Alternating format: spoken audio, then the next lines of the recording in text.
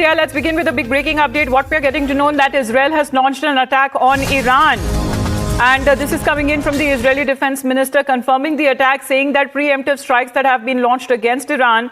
And this is defense minister of Israel has declared a special and immediate state of emergency in all of the areas of the country. And this is now coming across as a big breaking update as far as the tensions in the Middle East or West Asia continues. Let's get connected with Srinjoy on this. Srinjoy, it seems that tensions were simmering. However, to such an extent that Israel has decided to launch these preemptive strikes. Yes, this is similar to what Israel did in 1967 against its neighbors. This time, of course, it's against Iran. And it is clear that Tehran, the capital city, has been hit. Now, these are early days, early moments of this conflict. There are two, three things that have to be seen. The Israeli defense minister, of course, has said that a strike has happened. Fine. But what was the result of the strike? Which were the areas that were hit?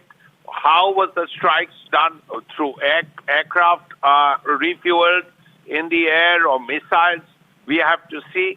The most important thing is what will Iran do now? Because already the American warships were circling.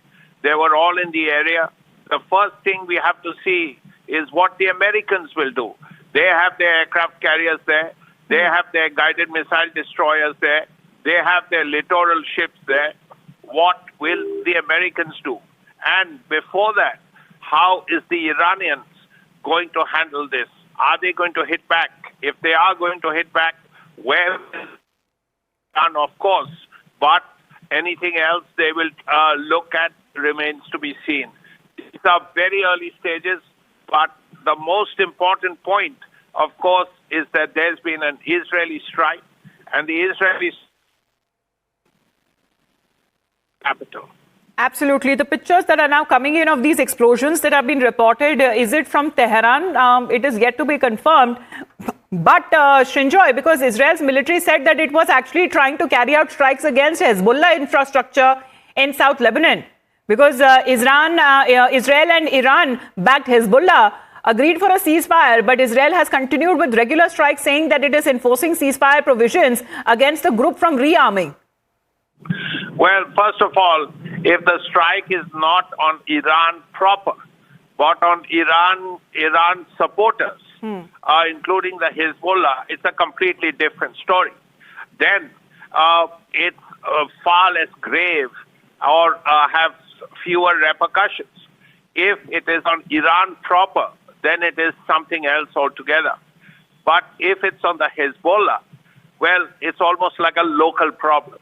This has been going on for a while, and while this is the end of a ceasefire, one of those tenuous ceasefires, at least an Israeli attack on the Hezbollah in South Lebanon is far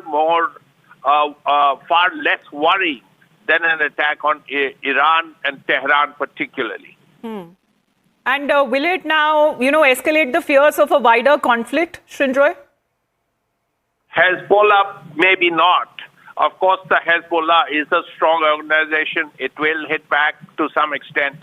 But for it to go further, for the Houthis to be involved, for the Iranians themselves to be involved, remains to be seen.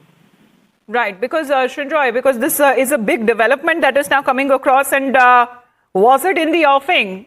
Because as far as the visit of the biggest democracy in the world, Prime Minister Narendra Modi was just there in Israel.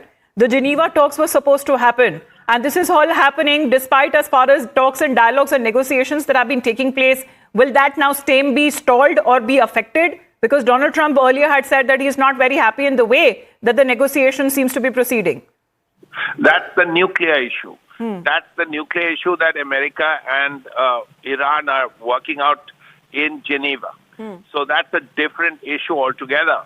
But again, if the Hezbollah has been attacked and by Israel, hopefully those negotiations will continue because that is a completely separate subject. It is really about the quote-unquote denuclearization of Iran.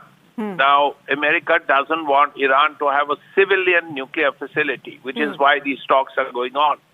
And you heard President Trump today criticize President Obama, saying the deal President Obama did was not acceptable at all.